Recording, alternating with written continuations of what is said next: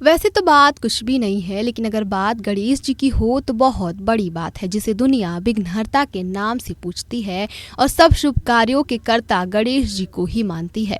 अगर उनके ही विवाह में विघ्न आ जाए तो हम जरूर असमंजस में पड़ जाएंगे, लेकिन आप सच्चाई को जानकर हैरान जरूर होंगे कि आखिर उनके विवाह में देरी क्यों हुई। गणेश जी समुद्र तट पर तपस्या में लीन थे। गणेश जी के गले में चंदन की माला, रत्न जड़ित हार आकर्षित लग रहे थे तो तुलसी जी श्री गणेश पर मोहित हो गईं और गणेश जी के पास विवाह का प्रस्ताव रखा, लेकिन गणेश जी तपस्या भंग होने से तुलसी पर क्रोधित हुए और उनके प्रस्ताव को ठुकराते हुए तुलसी जी को श्राप दे दिया कि तुलसी का विवाह राक्षस के साथ होगा, जिसे तुलसी ने भी दुखी होकर गणेश जी को 2 विवाह होने का श्राप दे दिया। माना जाता है कि श्री गणेश जी का शरीर मानव और सिर हाथी का होने के कारण उनके लिए विवाह योग्य लड़की मिलने में कठिनाई हुई, जिस कारण गणेश जी ने अन्य देवों के विवाह समारोहों में कठिनाई डालकर उनको परेशान कर दिया। तो सब देव इसका हल करने को ब्रह्मा जी के पास गए और ब्रह्मा जी ने रिद्धि और सिद्धि को पैदा किया, जिन्हें गणेश जी के पास शिक्षा लेने के लिए भेजा गया। यहाँ सब देवों के विवाह बाधा के बिना हो गए, लेकिन जब गणेश जी को पता चला तो वे रिद्धि और सिद्धि पर गुस्सा हो गए और श्राप देने लगे। तो ब्रह्मा जी ने उनके सामने रिद्धि सिद्धि के विवाह का प्रस्ताव रखा, जिसे गणेश जी ने स्वीकार कर लिया और रिद्धि और सिद्धि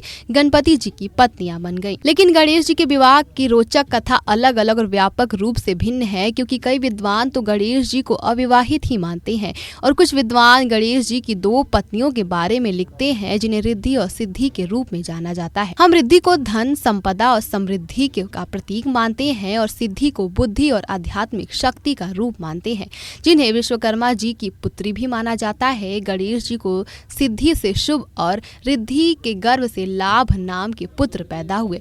माता संतोषी को गणेश जी की बेटी माना जाता है और आमोद प्रमोद गणेश जी के पोते हैं। एक बार श्री कृष्ण ने चतुर्थी के दिन चंद्रमा के दर्शन किए तो उन पर मणि चोरी का झूठा आरोप लगा, जिस कारण गणेश जी ने ही चंद्रदेव को श्राप दे दिया, जिससे आज भी माना जाता है कि लोग भाद्रपद में शुक्ल पक्ष की चतुर्थी को चंद्रमा के दर्शन करेंगे, उस मानव पर झूठा आरोप लग सकता है। श्री गणेश जी को माता पार्वती के कर्तव्य परायण के रूप में माना जाता है। हमारे देश के पश्चिम बंगाल क्षेत्र में माना जाता है कि गणेश जी ने केले के पेड़ से विवाह किया, जिसका नाम कौला बौ बताया जाता है। गणेश जी ने माता जी को आश्वासन दिया कि केले के पेड़ से विवाह किया कि वे कभी भूखी नहीं रहेंगी और उनकी हमेशा देखभाल की जाएगी। गणपति जी के उदर को ब्रह्मांड का प्रतीक माना जाता है, जहां ऊपर के 7 लोक और नीचे के 7 महासागर गणेश जी के उदर में ही समाये हैं, जिसकी ब्रह्मांडीय ऊर्जा के साथ बनी हुई है। जिसके मौजूद प्रतीक उनके पेट के चारों ओर लिपटे हुए सांप है। जो सांप उनकी कमर के चारों ओर घूमने वाला है, वहीं सांप संसार की सर्व ऊर्जा के रूपों का संचालन करता है। दुनिया भर के मांगलिक कार्य गणेश जी की पूजा से ही शुरू होते हैं। माना जाता है कि इससे ही कार्य बिना बाधा के पूर्ण होंगे,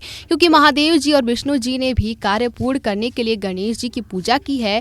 गणेश जी को उनकी प्रिय वस्तुओं का भोग लगाया जाता है, जैसे मोतीचूर के लड्डू, जसवंती के लाल रंग के फूल, सिंदूर। लेकिन गणेश जी की पूजा करते समय ध्यान रखें कि उनकी पूजा में तुलसी का प्रयोग नहीं होना चाहिए।